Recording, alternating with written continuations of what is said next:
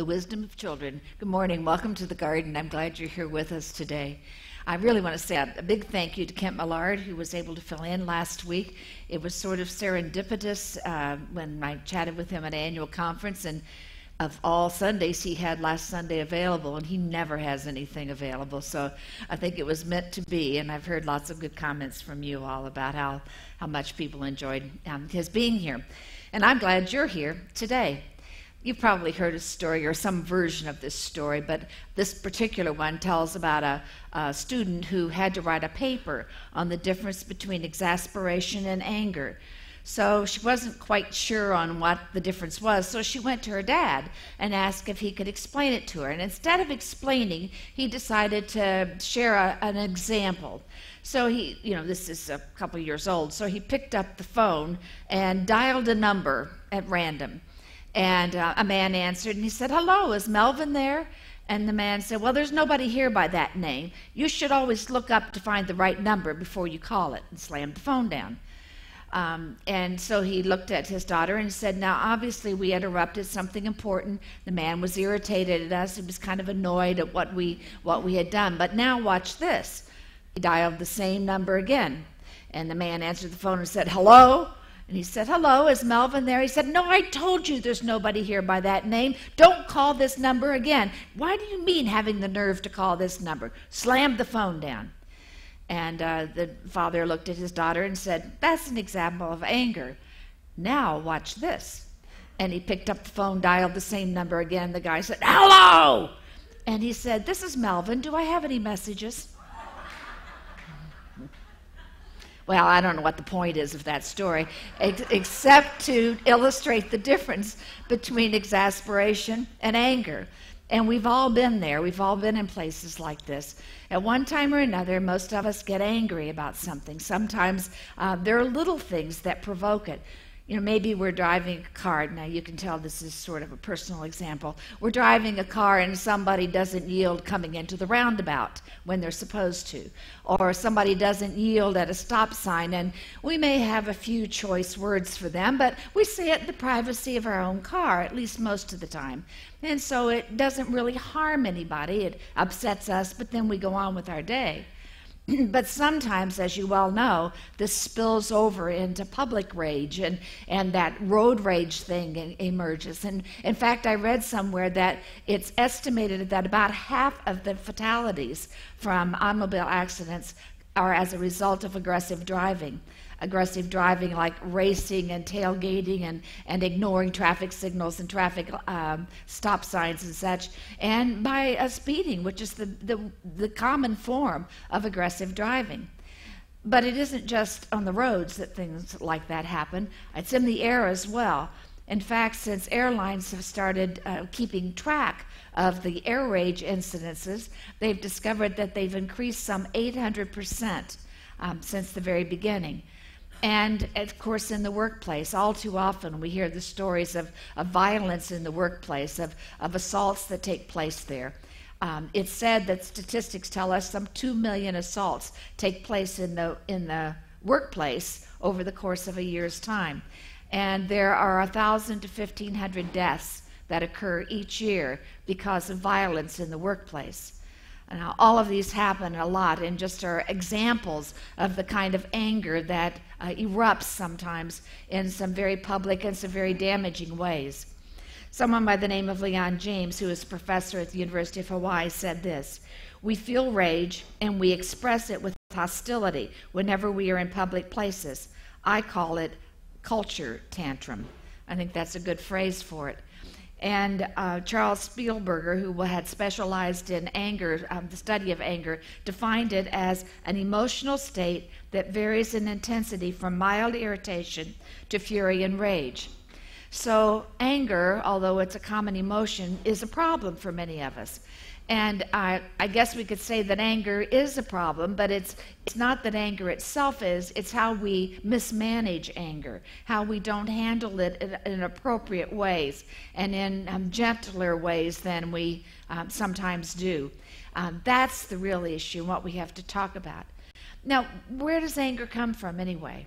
There are lots of guesses, I guess you could say, or studies that say that stress is the producer of the anger that we experience. And I think most of us would admit that we live in a pretty stressful culture. Things go at a rapid pace. Information is bombarding us. There's all kinds of noise that comes at us from all sources.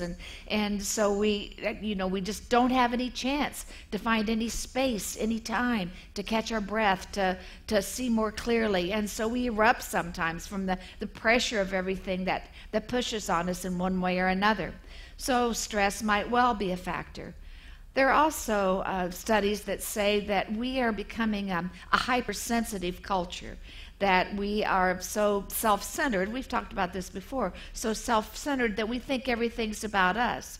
And some comment that may be a very innocent comment that didn't have any evil or mean intent to it may be taken the wrong way because we're super sensitive. And sometimes because of that, things are said that would be better left unsaid, and we wind up hurting someone or damaging a relationship. But probably the number one cause of anger is that there's a lack of role models, of positive role models. If we've come out of an environment or been in an environment where conflict and confrontation is handled by anger and obscenities or name-calling or profanities of any kind, that's all we know. And so we can't find better ways to deal with it. So if we don't have positive role models, we can't possibly live as we should live. So in all of those kinds of situations, we erupt in anger. And anger takes control of us rather than our taking control of anger. Somebody pushes our buttons and we go off about everything that's wrong with what's going on. Someone has said, people who fly into a rage always make a bad landing. And indeed we do. Well, how do we go about learning to handle our anger more appropriately? Where do we start? How do we begin? Well, as you might guess, I think the Bible passage is a good one, a good place to start. And the passage today is from Paul's letter to the Ephesians, the people in the church in Ephesus. And he's talking specifically about anger. Let's look at what he says, and then we'll unpack it a little bit. Go ahead and be angry. You do well to be angry, but don't use your anger as fuel for revenge. And don't stay angry. Don't go to bed angry. Don't give anger that kind of foothold in your life. Now, certainly Paul is acknowledging that anger exists. And part of what he's saying, if we read between the lines here, is that we can't hold all that anger in, because if we do, it festers. And then it explodes in really unhealthy ways and in damaging ways. So it's important that we find a way to express that anger, to let it be known, to share it in the best way we possibly can, in order to release some of the tension and some of the pressure that we experience. He's also offering a good advice in that we don't go to bed angry. In other words, don't let the sun set on our anger. And so we need to think about that. How do we go about doing that? How do we live that way? It seems to me that Paul is pretty clear that anger is a normal human emotion, and that we sometimes don't handle it appropriately. So we need to find ways to express it, to get it out, and then to let it go so that it doesn't grow into something bad like revenge, seeking revenge. Aristotle talked about the dilemma of anger with these words. Anyone can become angry, that's easy. But to be angry with the right person, to the right degree, at the right time, for the right purpose, and in the right way, that is not easy.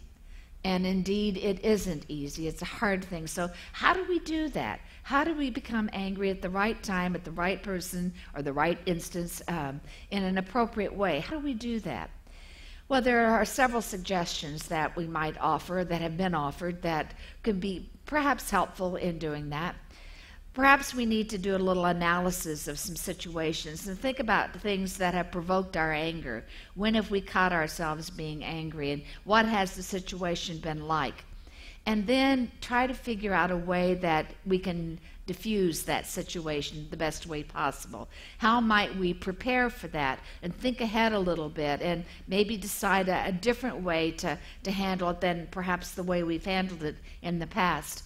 Maybe it's a matter of trying to take a few deep breaths and slowing down a little bit. Maybe it's talking to ourselves and saying something like, be calm, stay calm, and keep breathing, and lower our blood pressure, and unclench our fists, and begin to be a little calmer about the way things are going.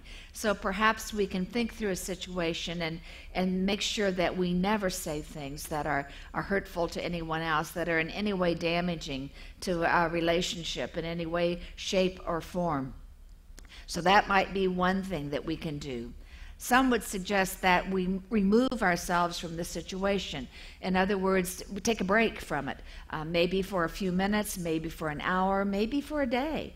And to go do something that is distracting in some way. Maybe it's cooking or drawing or going for a run or for a walk or whatever it is, but kind of burning off that energy, using that energy for something more positive and more creative, and to use it that way, and therefore to kind of diffuse the pressure and the anger we're feeling, and then to come back and talk about the situation in a reasonable way with clearer thinking and ways that help us really understand. There are those who suggest that we might try humor. Now, I think that's kind of a sensitive thing to do. There's a right time and a right place and a right way to insert humor into a situation.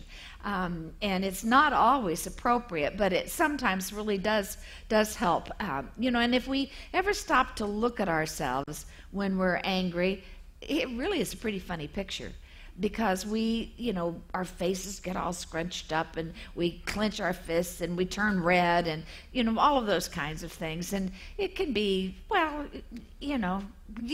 you're angry, and if you step aside and look at it, it's a pretty funny thing. You may recall a few weeks ago, we asked Drew to come and demonstrate for us what a belly laugh looked like. And he did it pretty well. So I'm asking Drew to come and demonstrate what it's like when we get angry. Let's see how he does with this, okay? You ready? All right. So frown, put your eyebrows together, yeah. And get a mean face, an angry face, really angry face. Clench your fists. Now cross your arms. How's he doing? Thank you, Drew. Yeah. I'm surprised you didn't ask me to do that. So am I, Ed.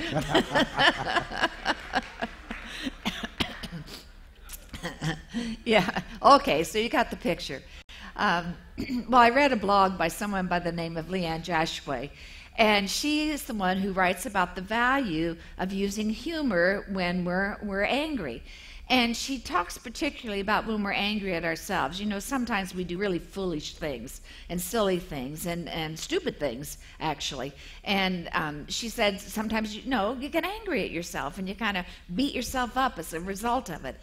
And she says when that happens for her, when she can have a little space and can sort it all out, she usually goes to YouTube and finds some videos that have people who've done what she's done. And she watches how foolish it is, how silly it is, and laughs, and it kind of takes it all away and helps her relax a little bit and helps her resolve not to let that happen again. And she shared in this blog that a few weeks before, she had accidentally walked into a pane of a glass door and had broken her nose. And she said after the bleeding stopped, she did that. She went and got a YouTube video and watched people walking into a pane glass door and realized how pretty silly it looks when you do that kind of thing, even though it can hurt quite a bit. But she said the funny thing was, she kind of turned this into a joke because a couple weeks later she has 2 black eyes, and everybody assumed she'd had work done. And so they kept telling her how much younger she looked as a result of it. So the whole thing kind of turned upside down. Well, humor can be a really good thing and can help. Well, those are just some ideas of some ways that we might diffuse the anger that we all experience at one time or another. I think it's always important to use that basic adage of counting to 10 and taking some deep breaths and to say a little prayer and then try to keep our cool.